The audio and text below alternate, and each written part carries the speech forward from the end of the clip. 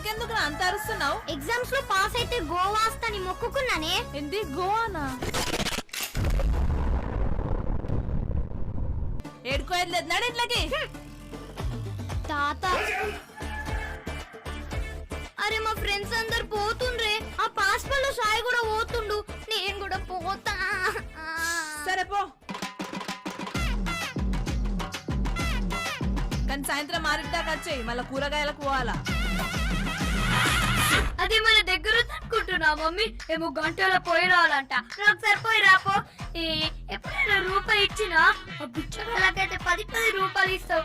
మరి ఇంత పిసినారి ఉండద్దు మమ్మీ. ఏంది?